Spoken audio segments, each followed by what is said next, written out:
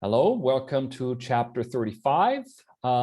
This is again our revision chapter, and it is a monumental chapter in that this is a chapter where we finally officially properly meet the song Untitled, which is the #1 classic Mari sing-along song. If you ever manage to go to Mariel or even to a Mari, if you ever get to attend a Mari evening in Estonia or wherever, you're going to sing this song.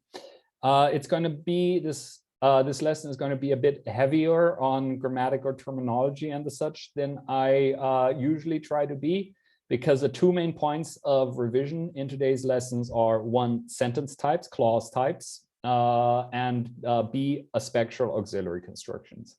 And it's not even just a revision, because it's more like an attempt to do a systematic overview of these categories, and there are going to be a few points in here that we have not yet covered, that are only coming in chapters 36 to 40, because we haven't met all auxiliaries used in the auxiliary constructions yet. But don't worry, I'm not going to expect anything from you to know stuff that we haven't yet encountered. Yeah, we'll get, but when we get to the auxiliary construction, you'll see how I have the revision planned there. Okay, so the first point that I have on the agenda today are clause types, and I'm not using a very clean classification here, because sometimes my clause types are, in some cases, they're more based on the semantics of what does this type of clause actually do, and in some cases they're more built around syntax, like impersonal clauses when we get to that. But it's just a holistic overview of everything which we have called a clause type or a clause or a sentence type or anything of the sort anywhere in this textbook. And I tried not to skip on any. So what we're going to do here is I'm going to do the first one myself, just to illustrate how I want this revision to sort of work. I hope it's going to work, because I'm on terra incognito now. I have never, I don't think I've ever done a revision this far into the textbook. So I have no idea if this strategy is even going to work, but bear with me. I'll rethink it if it doesn't. So in all of these cases, I'm going to say a clause type, what we have, for example, a subject clause, and then I want the person whose turn it is to say, like, you don't have to give a formal definition, but like an example of what a subject clause would be. And I'm starting, they're not all going to be this stupid. And like a subject clause would be like, to err is human, or so. If I have some kind of clause or so that I put in the subject position of a clause. So like, if you can do a definition, that's great. Whether an example or so is even better. And then say which Mari strategies come to mind for this type. And if nothing comes to mind, I'll help you, no worries. So yeah, to err is human would be an example of a subject clause in English, where rather than having a noun, like saying Norman is human or so, I have a whole some construction of some type. And in the subject position, we have had the infinitive, asking about this is not good. We have had the so-called passive participle, which we have also met as a very versatile normalization strategy for verbs, like to get oile metat. You're talking like this has stayed in my memory.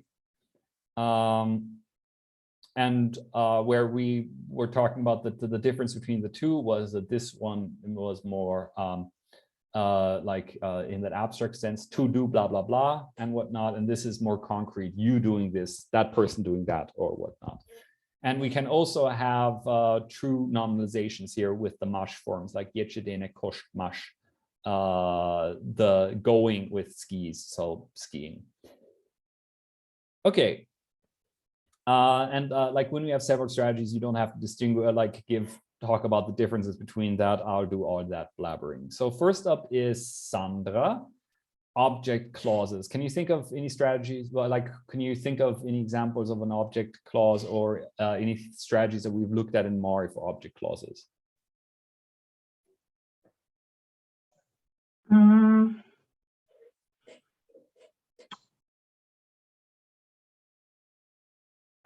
wondering if the content of like when you say he said the weather is nice. If the weather is nice is the content. That's exactly is the object. Exactly. It's like also if I say, I heard that you had bought a car. You have this whole that you bought a car is in a position where you otherwise could have a noun, like I heard the squirrel or whatnot. And instead of this noun, we have a clause in here. Yeah, and what have we seen in Mari in these cases? You can use manen, which goes after the clause.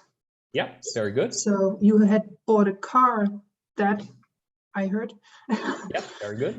But I think there's also a Russian way of doing it. Yeah. In theory, you can also say with just что. It's like prescriptivists won't let you get away with that one, but it does happen. Yeah. And another one that you have is now I have the problem with the strategy is that I have Manen on the slides, but not as the first thing. So but it doesn't matter. I'll just show everything we have. So the Manen one that Sandra mentioned, like Valja erla tulesh Manen, saying that Valja is coming tomorrow, I heard. We can also have just again the passive participle being used as a normalization, like we are waiting for Ichan to come, like we are waiting Ichan's coming, or something like that. Yeah, and the Russian thing you were thinking of, that was the puito. Sorry, I would like the что thing. I forgot about puito myself. Like in Russian, you can have either что or puito, where the difference between the two is one of epistemic modality. Что is the neutral one, and puito is the one that's sort of marked for uncertainty of some extent. And puito, this is widely used and also accepted even by prescriptivists in Mari that you used in. Sorry, I was saying that puito in Russian, it's buto in Russian, not puito is the Mari version of this. Yeah. So here too, we have a certain amount of uncertainty marked. Do you have a question, Sandra? Okay. So, sorry, one moment. Back.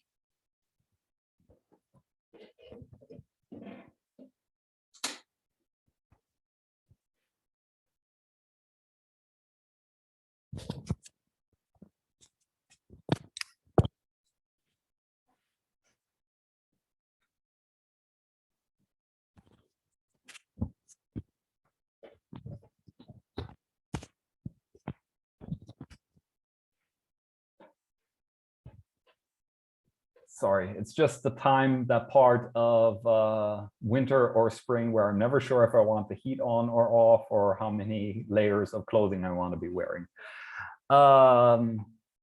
Okay, so that's it for object clauses. Next up is Sonia, causal clauses. Can you think of an example of a causal clause? Is it in English that would be like in order to? No, that's a final clause. Final. Causal, it's like because. Yes, exactly. Because. Because, and actually in Mari they do not have this because structure, so they have this it's like therefore. So they would start with like I'm sick and therefore I'm tired. Exactly. And that there is this sadlan structure, and I think it's not the only one, and I don't remember the others. Yeah, well, we have a known point of that. So that's the most important thing, is that like causal clauses and like consecutive clauses are two sides of the same coin. The causal clauses, I stayed home because I was sick, and like, so you say the subordinate clause says the reason, consecutive clause is I was sick and thus I stayed home, where the subordinate clause gives you the effect of it. And of course, this is just a matter of framing which way you do it. So Mari preferentially likes to do it the second way, that you say first the cause and then the effect. If you want to do a causal type, that there are some strategies, but what you don't really have is like an old native counterpart to because, which is something we're often looking for when you look in Mari. Yeah. But what we do have is Mhm. kera, a postposition used for like embedded, usually shorter clause, like your child, like the children, Yalish Kaimalan kera. So they were happy because of due to the going to the countryside. So this kera is usually, if you use it with a noun, you could say like children are happy about the game or the toy. You could say your childlak modishlan kera yuvertenet. So they were happy because of the toy. But now it's just saying because of the to the countryside going. And if we want to put a noun in a slot that is usually, if we want to put a verb in a slot that's usually meant for nouns, we can pretty much always trust the passive participle to do our bidding. And then we do have this fairly new construction Molan Manashkin if you say why, basically. And that is what people say in Mari when they want to say patamushto, the Russian, because but don't want to say the Russian because, basically. But the syntax is still basically Russian when you have this. Okay, so Luan gets an easy one now because Sonia was already talking about them. So consecutive clauses. So yes, that's like when you say like basically like something happened, so something else happened. Exactly. And you can do this with Satlan in Mari. And yeah. We have Sadlan, we have Sadlan Kara, we have Sandene, and I mentioned this all at the classes, but this is specifically also for the people who are just watching the videos of the revisions, maybe. If there are differences between Sadlan and Sadlan Kara and Sandene in usage, they are on a level that I do not see from my perspective. I don't want to say that they're fully equivalent, because usually when language teachers say that some structures are equivalent, they're just admitting that they don't understand the factors that govern a distribution. And this is a case where if there are factors governing the distribution, be they dialect or something in usage or so, I do not know them. And so this would be a worthy point of investigation in future research. Okay, then Valentina gets conditional clauses where we have two types. We have the factual and the counterfactual. We'll start with the factual. Okay, so I guess the factual one is the conditional, which can actually happen, similar to the conditional in English, first conditional. I think we had an example. If you buy tickets, I will go to the cinema with you. And the first segment of the sentence is with gin, and then the second part is just a regular sentence. And shall I do the counterfactual? Yeah, in one moment. So here's just an example where you can see that, like, Ichan comes, if Ichan comes, Muyaptolam, I will also come. So yeah. It's fairly straightforward. And counterfactual would be? The counterfactual, I guess it's similar to the third or fourth conditional in English. So it's something that could have happened, but didn't. So if I had known, you would come to work, I would have stayed home. Exactly. And you also do it with gin, but with the past tense. With the ille form. Ille form, yeah. So if Ichan had come, I also would have come. But it is a bit uncertain, like in Mari, it's a bit ambiguous that it could be if Ichan had come, like it's clear that it had in the past that it didn't come, he did not come, so I did not come.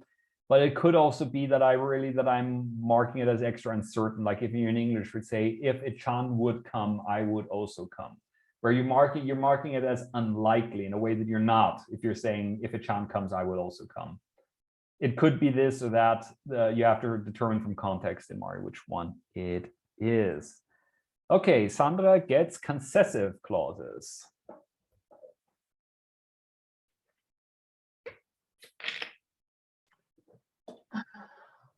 What was that again?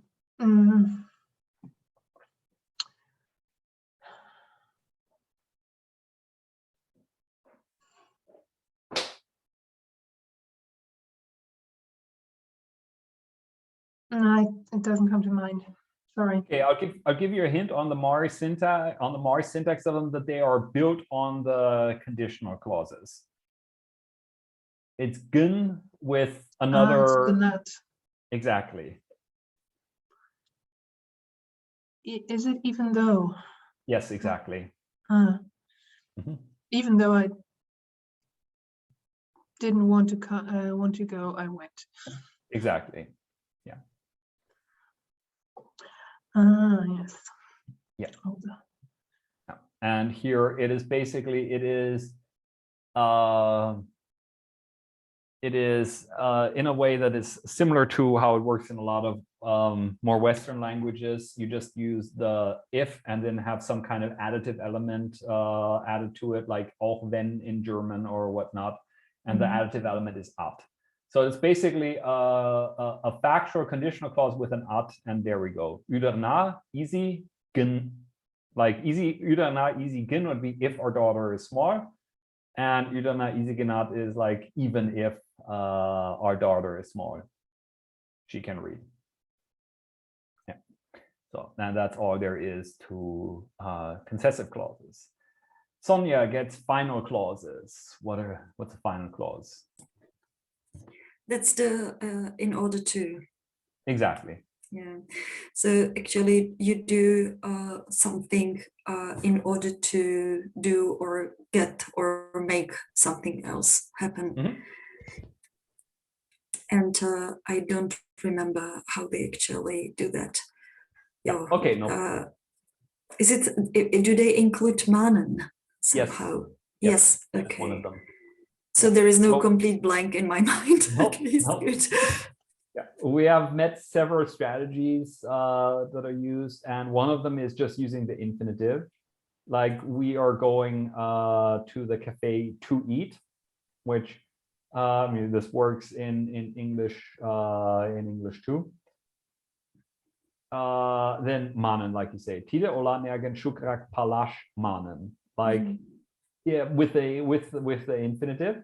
In order to know more about this city, I bought an album, and it can also be manen combined with the imperative, especially the third person. That vui kostemen charnege manen, for the like to so in order to stop the headache, I drink medicine. So I'm actually a bit confused by this because it's accusative and then intransitive. I'm not certain this is correct, but yeah, I'll have another look at that afterwards. Let me just make a note of this.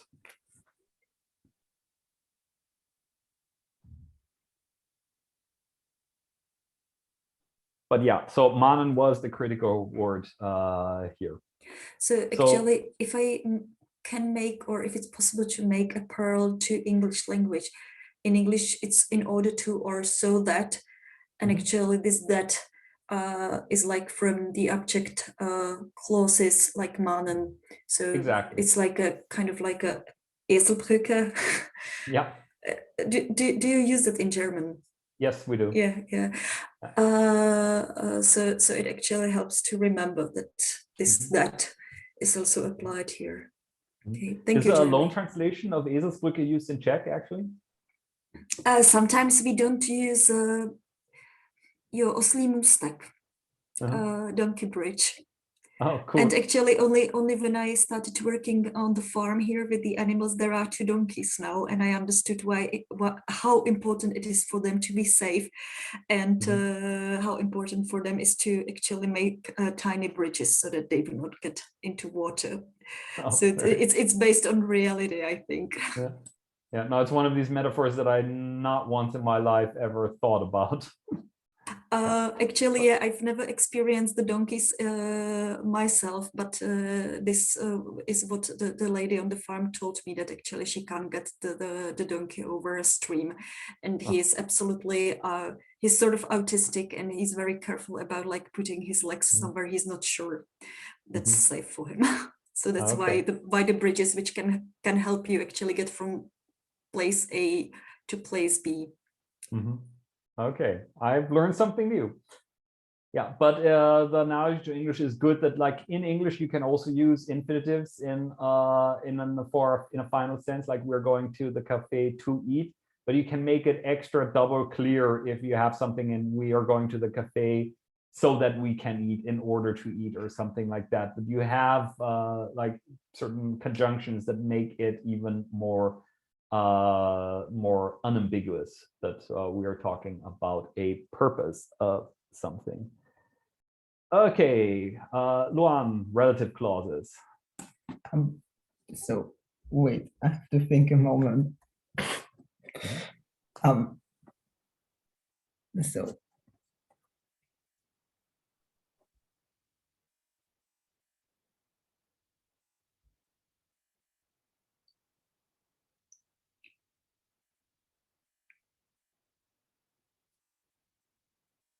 Okay, this is something where we have a very big I'm trying to think of how this worked in Mari, and I somehow am a bit confused, and I don't know why. Okay, this is something where we have a very big difference between what is the basic normal strategy. Sure. Yes, it's like you use like attributes in Mari, like Yes, with exactly. especially like participles. Exactly. So in English, we tend to use relative pronoun, like the man who sold the word, the man whom I saw, the friend with whom I went to the cinema, or something like that. And in Mari, we tendentially use participle constructions instead where we can. So that is the most important thing. So it's like, rather than saying the young boy that got a present, we say the present getting young boy is very happy. Yeah. And it is possible to also use a relative pronoun in Mari when with kudo, which originally means which, in like a decision question, like which one of the two, which one of the pillows do you like more, or whatever. But you can then also use it as a relative pronoun, like in if it is not quite if it is hard to make a relative construction that perfectly covers this situation, and if you can't find a good way, a good paraphrase is a good way to reformulate it. Okay. Jeremy, Yeah. sorry to interrupt you. May I have a question about that? Is that typical? Because like I don't know the other languages of that era, like Finno-Ugric languages. So is that typical of them, that they kind of like, is it because I was wondering whether it's sort of influence of Russian English, sorry, of Russian language, or not, but obviously it's not, when you say that it happens or comes up also in the others.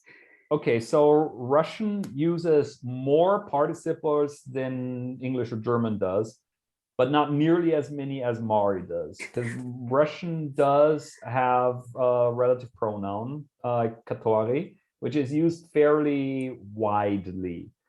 There's actually there's ongoing research where I'm hoping that they're going to publish it at some point, because I'm getting tired of always having to refer to this as personal correspondence. But Ksenia Shagar, Joanna Nichols, and Max Wallström are working on a little they have a little research project where they are basically quantifying this, where they postulate that you can draw a line starting in the Balkans and going through Europe into Russia, and then towards the east all the way over to Japan, like through all the provinces, through Mongolia, and then all the way into Japan. And that along this axis, the further along this this line, the further to the east you move on it, and it's not a perfect west-east line because you start in the Balkan and make this little bow. The further to the west you are, the more languages use bifinite constructions of the type like I took my book and left. And the further to the east you go, the more you say taking my book I left or whatnot. And this also pertains to relative clauses. The further along this line towards the east you go, the more likely it is that a language will preferentially use participle constructions where we in English would use relative clauses. And I mean, the Balkans are in the extreme point here because in some languages of the Balkans, you basically don't have non-finite verbal forms, or at least no infinitives. Like in Bulgarian, you can't say in Bulgarian, I want to eat. You instead say, I want that I eat, because no infinitive. Yeah. Let's see. Thank you. Yeah. Yeah, if it's an aerial feature, well, it's actually, you can even say that it's a macro aerial feature because it completely, this trend, it transcends language families and it transcends established context situations.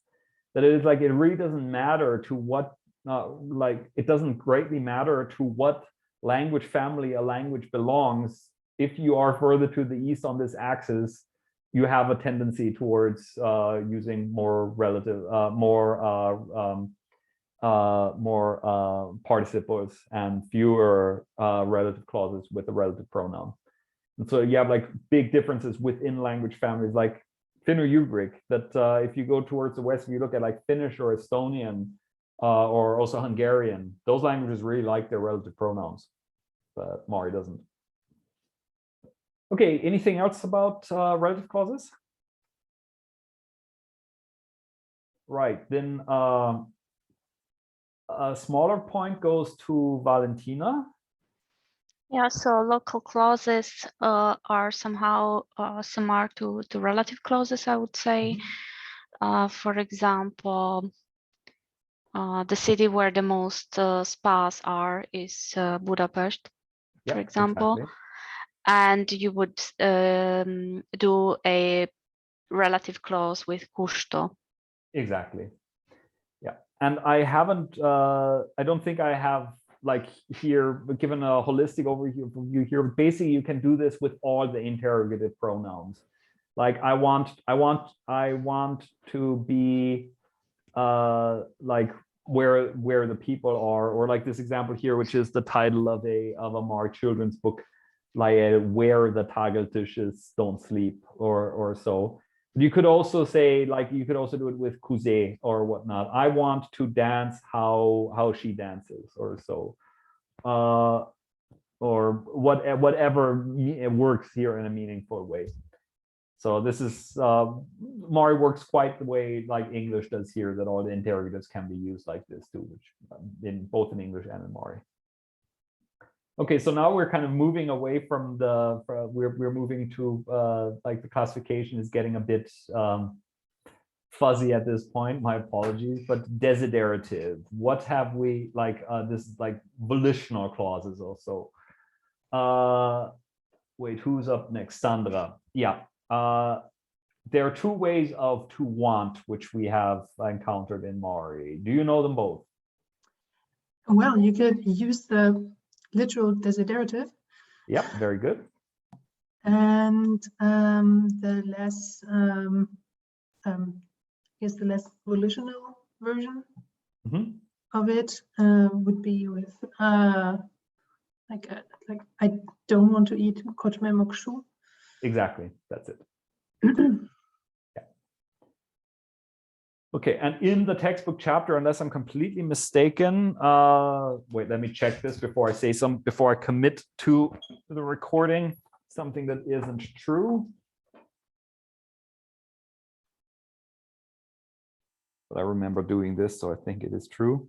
Yes, in the textbook chapter, there are links to the cross references to the place in the textbook that all these clause types are discussed. So if this is like, if you're watching this video and this is not enough data for you, in the textbook chapter, there are the relevant cross references are there. Okay, next up is Sonia, necessitive clauses. And I saw that look and I understand it. No, it's like every time I open my mouth here, it's kind of like I feel as a great imposter, or I have a problem with an imposter syndrome because like I know nothing. So yeah, but then actually, the things you say always they keep being correct. So yeah. Okay, so necessitive either there is this grammar thing which is man at the end of a verb. Yeah. And then there is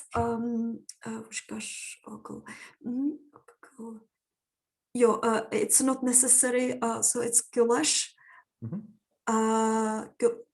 Goulash. And the last thing, it's this shash part. Exactly. Sorry, I'm playing with my pen a bit too much here. Yes, so there is, sorry, there's a missing stress mark here on the shash. Yeah, like Wutashash Otal is like, you don't have to wait, it is not necessary. And then we have met a whole bunch of other like smaller necessitive constructions. We have also met shash, an impersonal one with, like, because this is inflected by person, the to be verb, positive or negative. But we've also met with ulo uke, there is or there is not, when you have something that you need to do or not. Which it's an impersonal, but uses can use a possessive suffix on the participle. And then we have these small, like we had all these smaller ones with pernash, like to strike against, or logalash, to get stuck somewhere, vosage, to fall down or whatnot. When it's like more that something falls to somebody's lot, it happens that you need to do something. Like or such. Yeah, then thank you. Yeah, no problem. Luan, what would like a predicative clause be? Do you know? Like it means that someone is something, like that's exactly it. You're just assigning a label, be it a nominal one or an adjective or one. And the formation of this in Mari, this is something we know already. This is just the copula, which we generally use, but not in the third person singular. Okay, locational clauses, Valentina. Yeah, so that's, for example, I live in Prague, would be a locational clause, and you would use the inessive, basically, yes. And again, to be, like I am to in be, your yeah. Well. Then Sandra, existential clause. There is no God. Exactly. So ulo for there is, uke for there is not, or like we have discussed this like in chapter 8 in fairly much detail. Like sorry for the moment of contemporary anxiety on this one. So like for liash is like the to be, the future form of to be, which would then be like if you say that something will exist or whatnot. Right, then Sonia. Possessive clauses. So actually it's expressed by the possessive pronoun and or the possessive suffix at the end of the noun. Yeah. Noun or nominal form of a verb. Yeah. That it is basic. It is basically an existential clause with a noun that is marked for possession. Yeah. So it's like I have a brother. It's like my brother exists. Exactly. Yeah. Or I don't have the time is my time does not exist. Okay, this last one, this is so weird that so out of sync with everything else that I'm going to do this myself, like impersonal clauses, if we don't have a subject at all, and this we do with the alt forms. Like if you say Oshno Shuko Ludalten, it is before, in the times of yore, back in the day, a lot was red. And this might look like a reflexive impersonal form or so, like Pasha Ishtaltesh, the work is done or so. But critically, these forms, I'm not showing it now, but we did when we looked at this before, they can actually have an accusative subject. Like I could say, Oshno Shuko Knigam Ludalten. Back in the day, a lot of books were read or whatnot. So it is if I'm using alt as to form impersonal clauses, it is the subject that is not admissible in this sentence anymore. You can still have an object. Okay, that's it for clause types. Does anybody have any questions pertaining to clause types?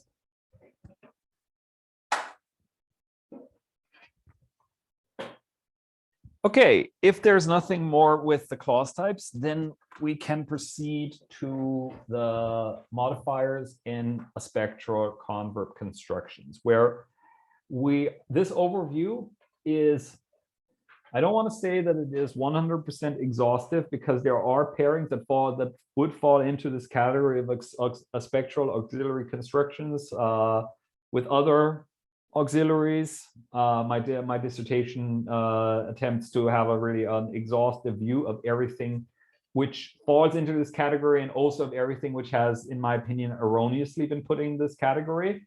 But what this overview tries is to have a list of all that can be considered in any shape or form productive, or that you might encounter outside of very specific set phrases. And so what I'm going to do for this overview, I hope this is not that this is going to halfway work, is that for all the auxiliaries that we go through, and we're just going to go through them in alphabetical order, because I can't think of I know I could think of another way to do this based on frequency data, but I was too lazy to do that. We're just going to go through them in alphabetical order. You always have the verb with its lexical meaning and some notes on what grammatical values it instills. And then there is one example where I give you the base word with the translation, and you should say what the modified form means. If it is possible to indicate this difference in English, then try to do that. If it is not possible, then don't worry about it. Then just say this means the same thing, but with this or that side effect or side meaning to it. And I think it was Luan's turn for the first one. Okay, so I'm just trying to process what I'm supposed to do. Yeah. I'm Okay, sorry if it was unclear. So we have here chalanash means to fall ill. So like, okay, and I should find a translation to chalanen mosash. Okay. Yeah, either translation or an explanation. Okay, so I guess it means if you like suddenly fall in, or I don't know. Yeah, that's exactly it. Right, then Valentina, the next one. Okay, so we have ilash, so lengthy habitual execution, ilash plus vuchash would be to wait for a long time, to wait plus live. Yeah, just the lengthiness of it all. Then Sandra. So kayash, momentary with a tangible result. If you lash, to burn, and yulin kayash.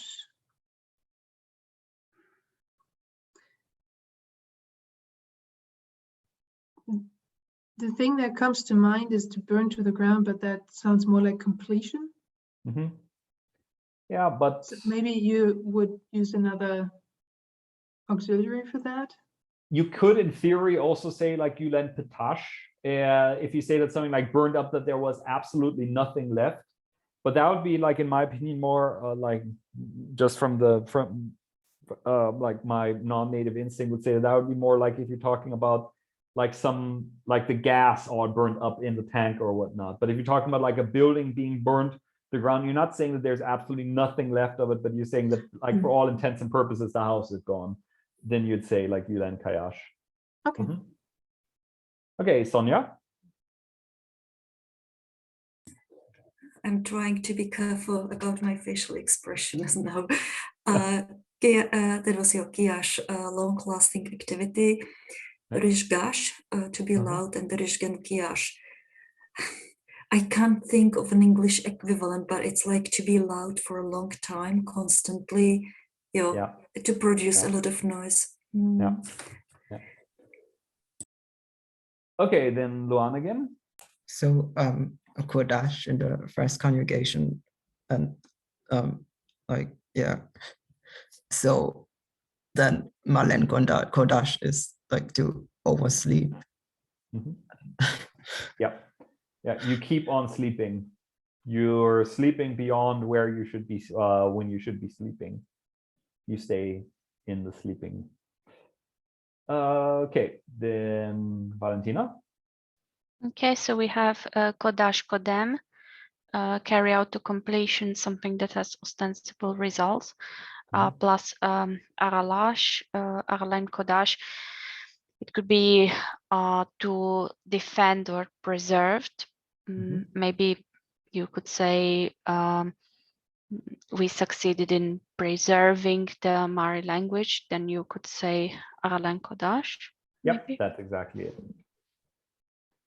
Okay, then Sandra. So kodash, to send. I really like incoatives, so that's very nice. So shortash, to cry, and shorten kodash, to break into tears. Exactly. And I mentioned frequency data, that this is, I think, the most, the most frequently used spectral auxiliary. Okay, then Sonia.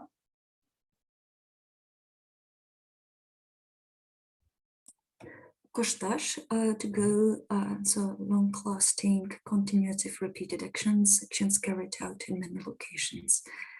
Okay, shonash, and shonen koshtash. Shonen koshtash would be like to ponder, to think over, like to spend the time thinking about something. Exactly. Right, then Luan. And kudal dash to throw to cast, so rapid action or uncontrolled action. So we have pushash to dismantle, and like push and kudal dash to like dismantle rapidly, or like to tear down. Exactly. Yeah, like to really show that shed who's the boss or whatnot. Like you don't just take it apart bit by bit. You take out the sledgehammer and just go at it. Okay, Valentina. Okay, kishkash, kishkem, rapid and uncontrolled action, and we have bursash, to scold. So bursan kishkash, it would also be like to give a scolding. Maybe the child does something wrong and the mother immediately intervenes, and bursan kishkash. Yeah, and it's more intense and such. Okay, then Sandra. And so lektash, finality, completeness, and also unexpectedness. Ludash, to read, luden lektash, probably not unexpectedly reading, but to read through. Yeah, exactly. Then Sonia. Luktash, finality, creation of an object. Shonan, shonash, to think, and shonan luktash, so like to create or to come up with an idea. Exactly, like to think up, to invent in your mind or so. Okay, Luan gets a stupid one. No offense, Miash, but So actually offense, Miash. wait. So Miyash, like a long-lasting activity, then we have Pitash to end and Pitin Miyash. So like to gradually come to an end. Yeah, like to run out or something like that. And I mean, I say it's stupid because Miyash is so hard to delimit from all the other verbs. It's fairly similar to tolash when it's used as an aspectual auxiliary. Okay, then Valentina. Okay, nalash to take, completion, and we have kutirash to talk, and then kutira nalash. I guess it would be to talk it through, to have a talk with somebody. Yeah, like to discuss a matter. So there's like a specific problem we need to discuss, and now we're done with discussing it. And since I only gave aspectual things here, I didn't mention here that this is also auto-benefactive. Like if you bake yourself a cake or something like that, that you could also do that with nalash. Okay, then Sandra, the last one.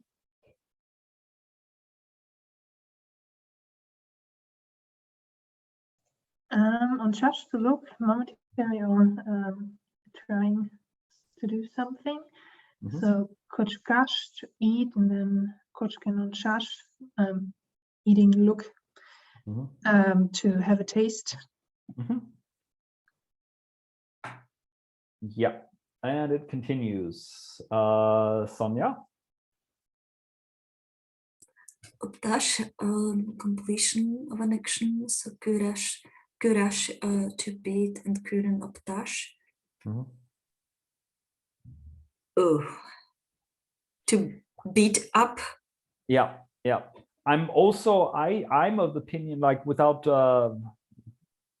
I'd have to look this up, but I think it's like completion, but also repeatedness, because like optash is not just to set something somewhere; it is like to arrange a whole bunch of objects. And I think I think it's like the combination of like something like the completion in the sense you don't just like it's not just like the first hit in a battle, it's like really beating somebody up, but also implying that there's several hits involved here. Okay. Oh, and here it's inconsistent. Here I am mentioning the beneficiary, even though I didn't have that mentioned with nalash. But okay, Sandra. Oh, or no, sorry, Luan. Yes. So yes, puash, then we have nalash to buy, and nalin puash, so to buy something for someone. Yeah, exactly. And now Valentina. Okay, pitarash pitarem to finish, so to carry out to completion, and then we have solash, so to mow plus finish, so to basically finish mowing the lawn, or yeah. That's it. Okay, then now for real, Sandra. Pitash to end in itself. Yeah. So completeness and all prospective participants took part. Okay.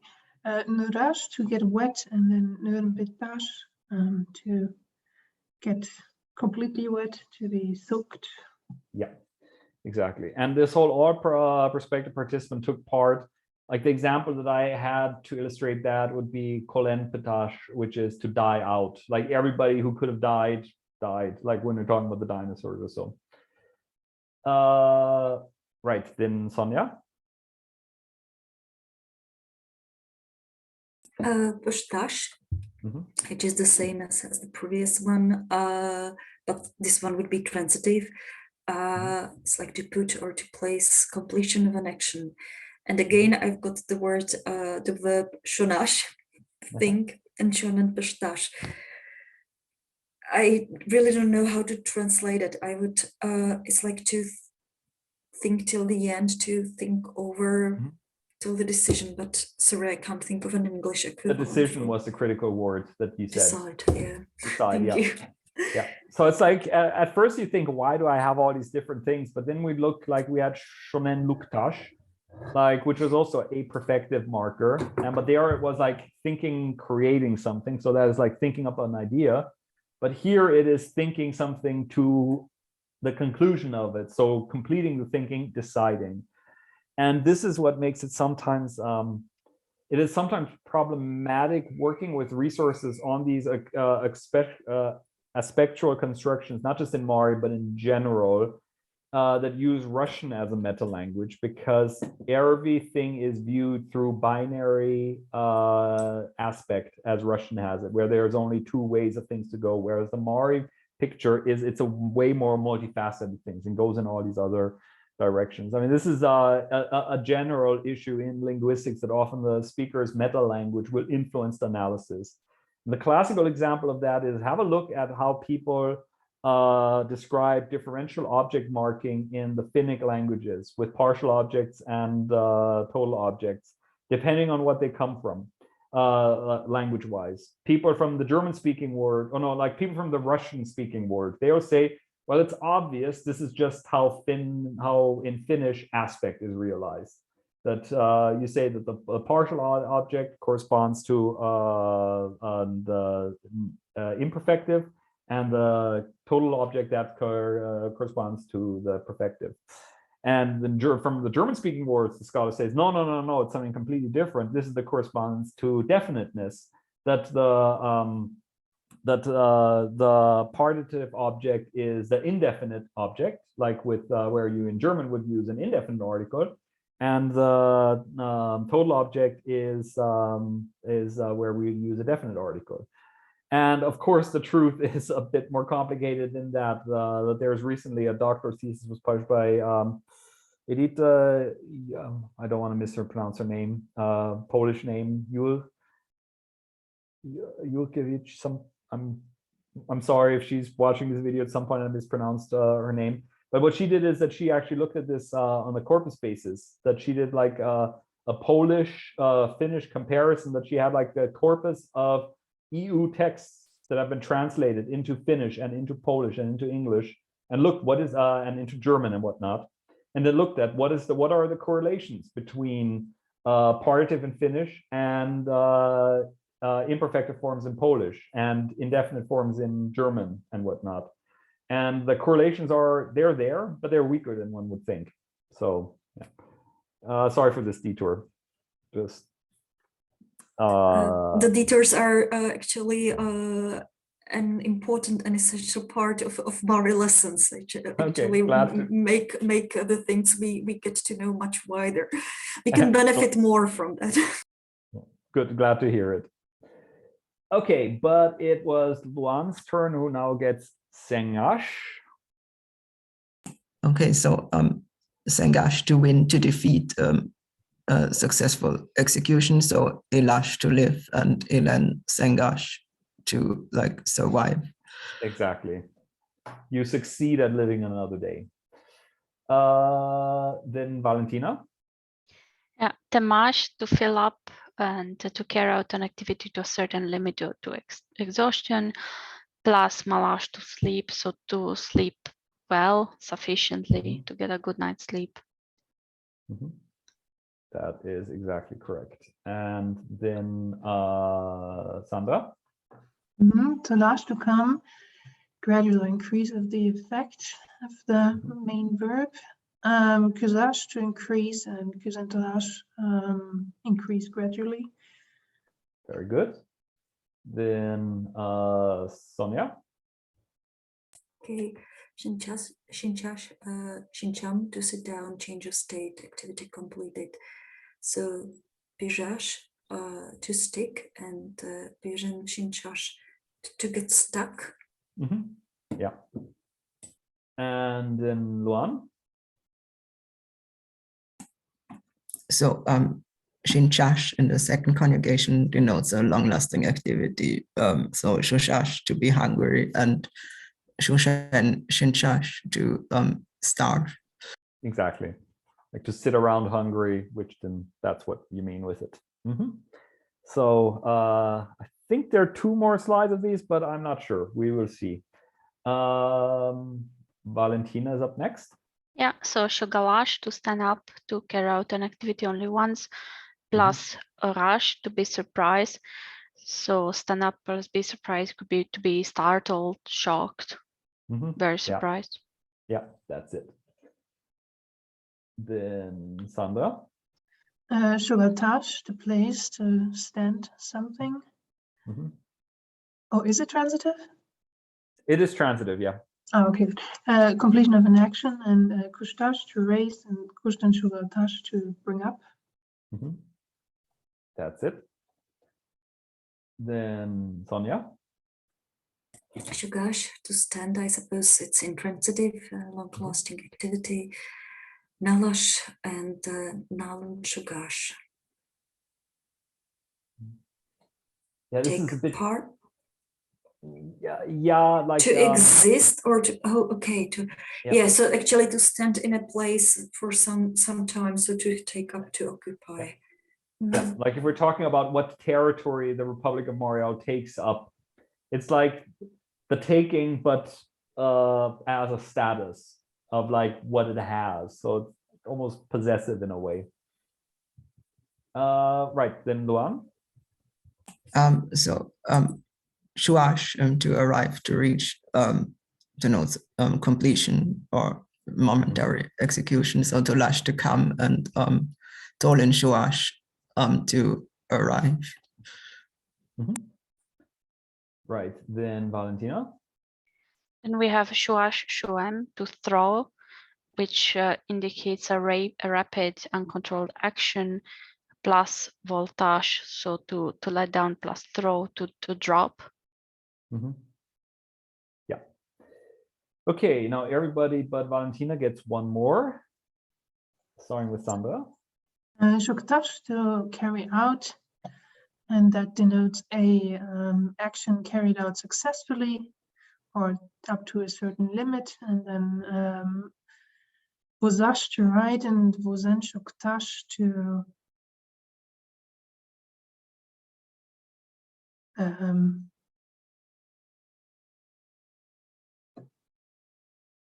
finish writing? No. Yeah, like so with Shuktash, it has a bit of a you could even say a mirative coloring to it. It's like to manage to do something against expectation, possibly, like possibly your own expectation. Like I thought I didn't have enough time to finish writing this proposal, but I managed to write it. I got done with it. So okay, then Sonia. Shindash, Shindem, to put to place and its completion, an action, and Kochkash, Kochpan Shindash, it's to eat up, like to finish eating something. Yeah, to eat up. Oh, there is a quotation mark missing.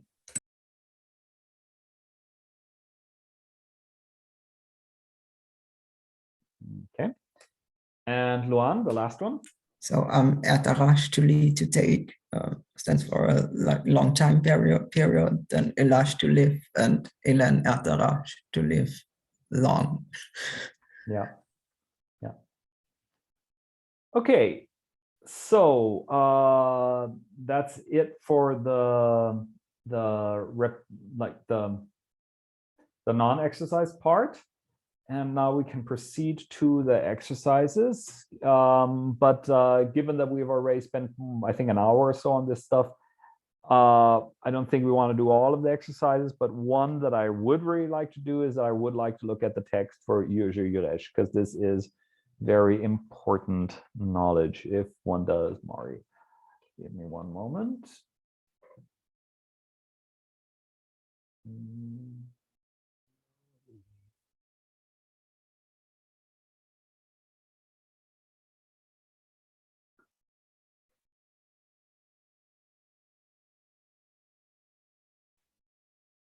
Okay. So we have one text to read, or two texts to read. Boy, that's a lot of reading to do. I think we might just skip over these just because of the time and energy it would need when we've already invested a lot of time and energy. But here we have two more biographies of two additional important players of in Mari culture, and translating into Mari, I think we can also skip that. But let's start with this one then. Insert inflected forms of the following verbs in the appropriate sentences. Using the second simple past tense or the imperative depending on context. And here we have the verbs, and I'm going to then mark the ones that we have met. And Valentina starts. Okay, so let's try this. I have Mari Sirize Shketan, Yorlo Krisanik Yeshesh Shochin Kushkin. That is correct. And that would be the Mari writer Shketan grew up in or was born and grew up in a poor, can I say, farmers family? Yeah. A poor family. Yeah, it's often you find Kristiania Christian. translated into English as peasant, but of course it has somewhat different connotations than it does in English than it does in Mari or in Russian. Because I mean, in Russian, because it's Kristiania, it's just a Mari adaptation of Kristianin in Russian. Okay, Sandra's not here, so for a moment, so Sonia gets the next one. Sonia is a bit lost, but I will try to get myself oriented. So kniga ten jestem banač.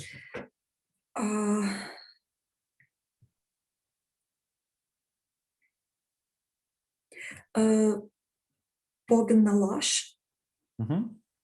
So it's like get a book.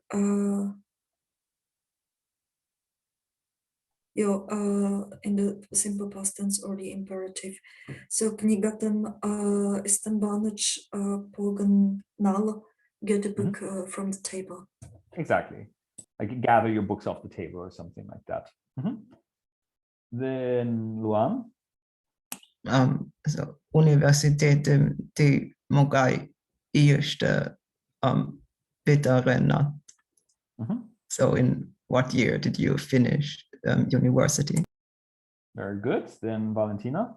Okay, tu din cochaje shudo I Marte Ilen Shukten. So his or their grandfather lived until 100. Yep. 100 years. Yep. And then Sonia gets the last one. On Chishovlak artistem sovem keren Vashlialen.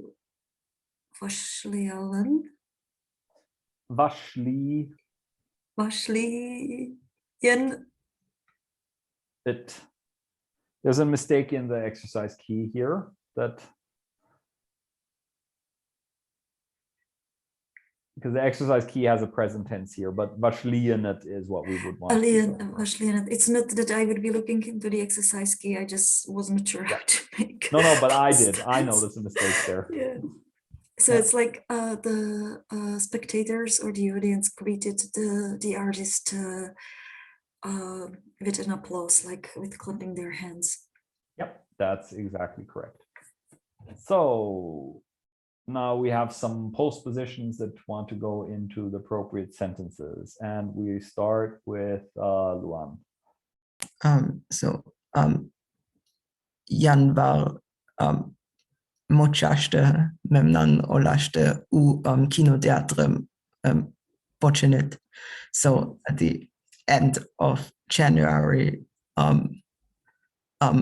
new cinema opens in our city. Or was open. They opened it, basically. Right, Valentina?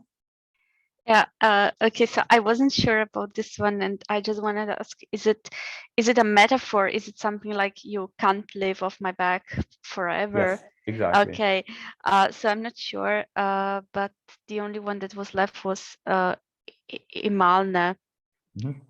So I was thinking that it would be tevet ere min schuldig ogida ile with Imalne, yeah.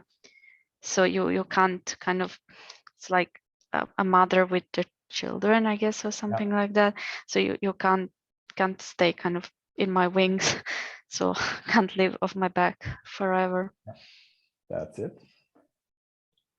Then Sandra. Yeah. So kurik probably in bakke. Kurik in bakke kuzash kustilgo ogia.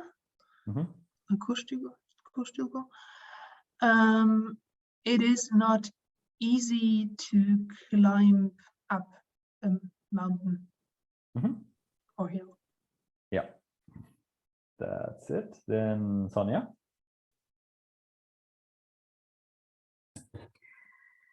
Motor muro shuma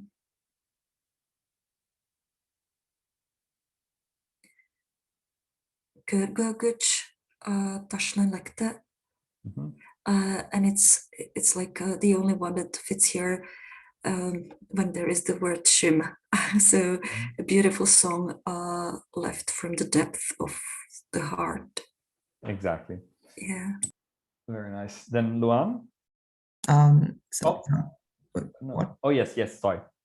Yeah, Pokshena Yuxavlak so in the middle of the lake, swans swim. Right, and Valentina gets the no challenge one. No challenge. Okay. Kinosh kaime olmesh met teatrish kaishna. So we went to the theater instead of going to the cinema. Exactly. Okay. So we want now to insert inflected forms of the of the verbs, and we start with Sandra.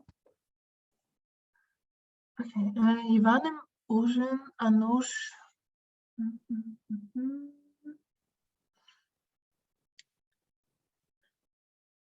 Yoshkar Gin Kaya.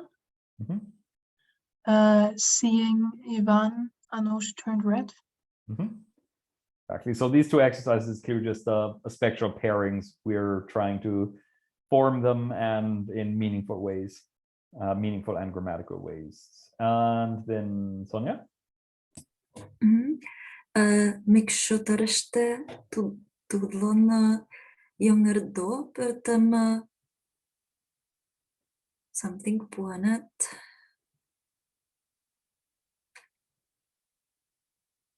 I would say shonen. No, that's thinking. So in this case, Ushtan puanat. That would sound plausible, but the even better one is. So, I will try to make some sense from the sentence. Mikshotara. So it's like the beehives. Yeah, like the apiary, the place where the beehives are. So for him or for her, a spacey house was built. And to build is it like Belish? I suggested a stash, but it's probably not the correct one. Yeah, it's like possible that would be like they made a house for him, but build would be a better word. And to build is it Belishtash? No, Chongash. I thought it has something to do with flying. So yeah, that's Chongeshtash. They are similar. It's confusing. Thank you. Yeah. So it's Mikshotashte Tulan, Yongado Pertem, Chongen Puenet. Then Luan. So Turo Kugu Skolish Tunemash Porash. Wait. So Shonen Ilen, I guess. Yeah. So Hishide was thinking for a long time to enter a big school. Yeah. Yeah, like the way I would interpret this is like in the sense of dreaming of entering an important school or something like that. Okay, then Valentina. Okay, akamen Kamin dolmeshkije chilapasham ishten shuktanam. So after my elder sister arrived, I could finish all the works. Not after, but before. Before, yeah. Dolmeshkije. Yeah, I always mix them up. Yeah, it needs some getting used to. Okay, now Sandra gets the no challenge to form, but challenge to translate one. Yeah, especially because I can't remember what peleshtash is. Like to say or so. Peleshten ich singe.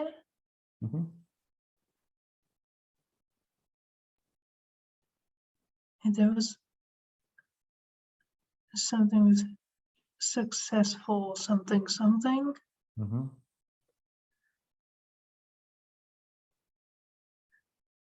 Isn't it he, she, they didn't get a word out? Yeah, like didn't manage to say, basically. Okay, then Sonia, the next one, it's same basic task, but now we have to find the modifier that makes sense in the given context. Sorry, I will just have a look at the modifiers. So koltash, lektash, luktash, nalash, and trendash. Yechan evikam ikemsh unchaltash gach yeraten kolta or koltan. Lektash, luktash, nalash, shindash. Yeraten shindash. Yeah. So he fell in. So shindan. Yeraten Shinden, if it's like past tense. So Yechan fell in love with Evik. It's like when he saw her the first time. Yeah, like from first glance or so. Right, now everybody gets one more, starting with Luan. Marlene called then cat, so I can't fall asleep. Yeah. Then Valentina. Okay, so I think that's to the Chila Nelim singing Lektin. They managed to go through all hardships. Yeah, overcome. Like overcome. Yep. Then Sandra. Австрийse заводаше mogaj produkcijam ishten.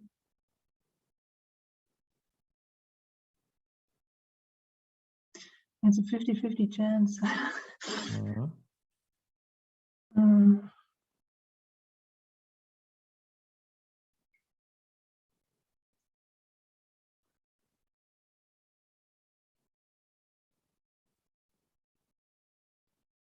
Nalež?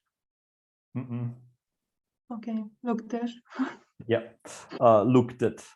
Looked at. Because it's impersonal. You don't have a subject here. And what does it mean? What was luktash in again? Like what's the effect of luktash as an auxiliary? It indicates the creation of something. That makes a lot of sense. Yes, it does.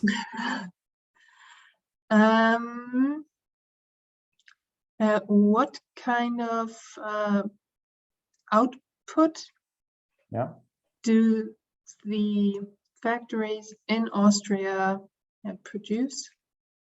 That's exactly it. And this is a very close to life example because people talk about these things in Russia. And sometimes it's somewhat difficult because I'll never forget when we were in some Mari village at some point, somebody from the village council was there and was starting to talk about like the milk production in this district and said, yeah, like, so in our district, so and so many liters of milk are produced every year. How many liters of milk are produced in Vienna every year? And we, the Viennese students, are like, what? What? Like, how can you expect us to know that? But it's just, it is like part of the culture that numbers are thrown around quite a bit. I want to share, sorry about this, and I had a similar moment in Moscow with two old ladies when I found out that the city of Togliatti exists. And Togliatti, well, he was not a famous politician in Italy, but he was the head of the Communist Party. But he was a really minor politician, but he was very kind of pro-Soviet Union. So they just named a 2 million city after him, where Fiats are made. And it just blew my mind. This absolutely insignificant guy, and there is a city named Togliatti somewhere on Volga.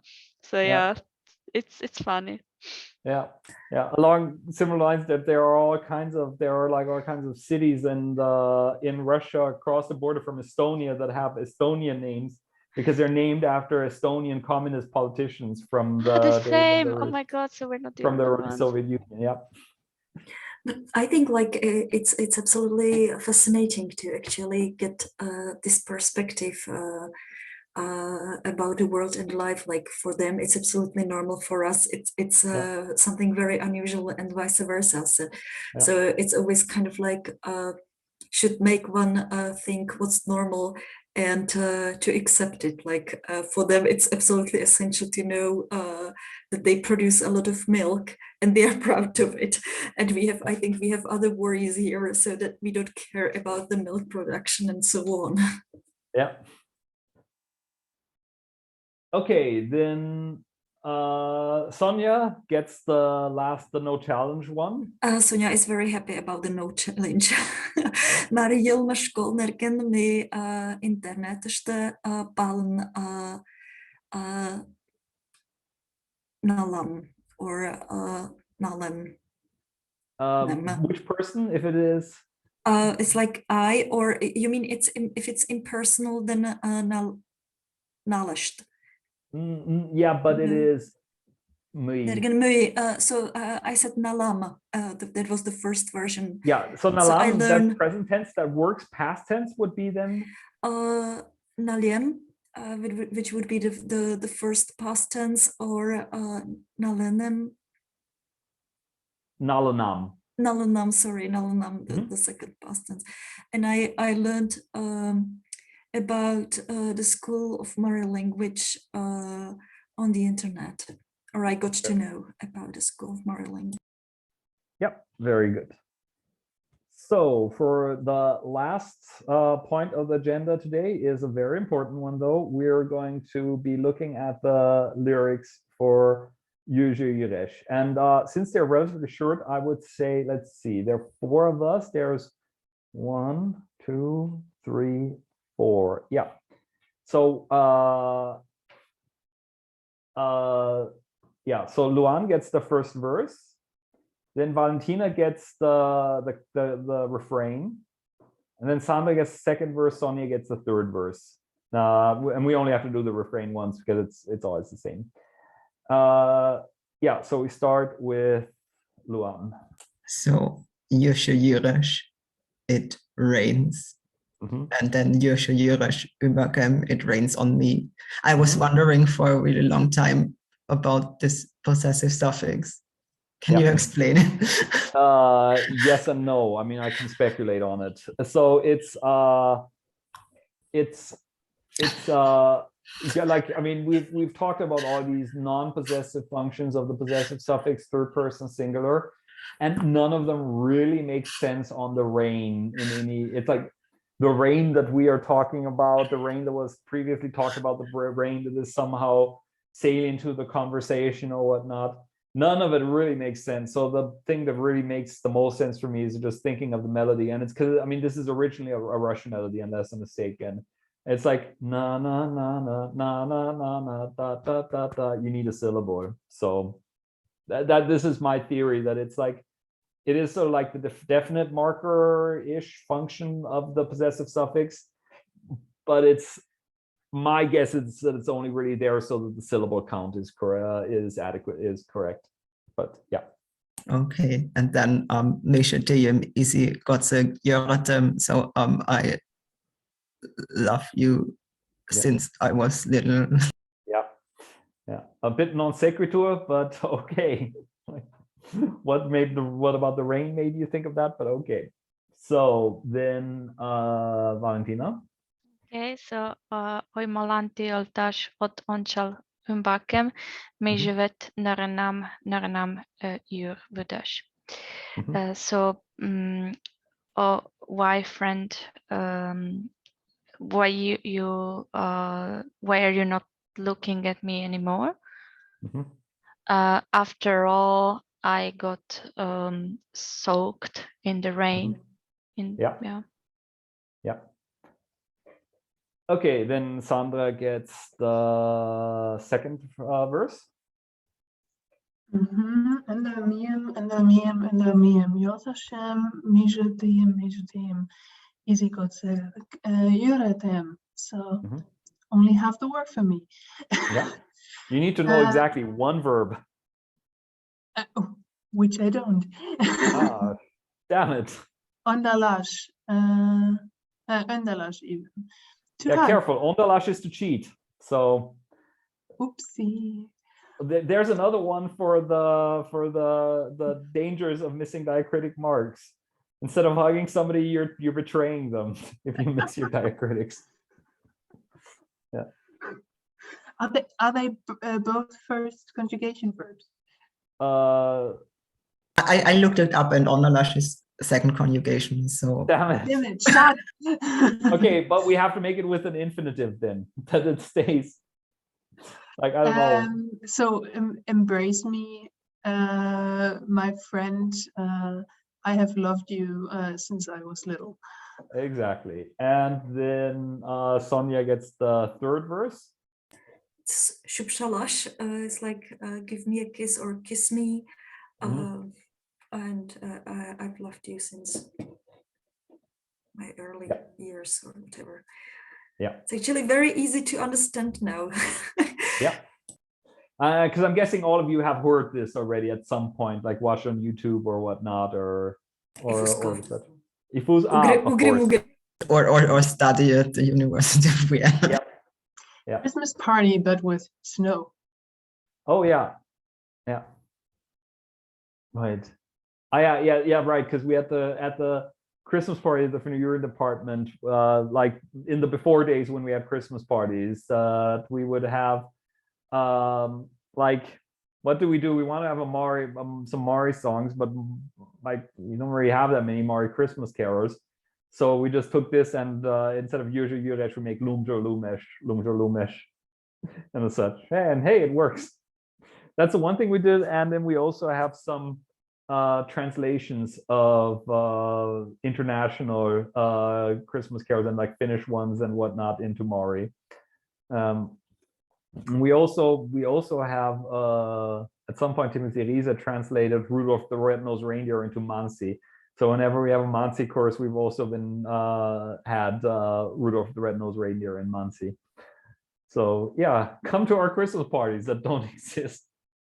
Or maybe they will again someday. Okay, so that was the most important Mari song of your life that we have now looked at properly. Are there any other questions pertaining to the lesson or to the song? If not, I'm going to stop the recording so everybody else watching at home will continue next time with chapter 36, Syanishte at the wedding. So the next and final block of lessons in this textbook pertains to specific cultural matters. We have chapter 36 pertains to Mari weddings. Chapter 37 pertains to the Mari traditional religion. And then chapters 38 and 39 pertain to celebrations, where 38 are like old Mari, like traditional Mari celebrations, and chapter 38 are kind of modern feasts that have also entered the Mari calendar. So I'm stopping the recording right now.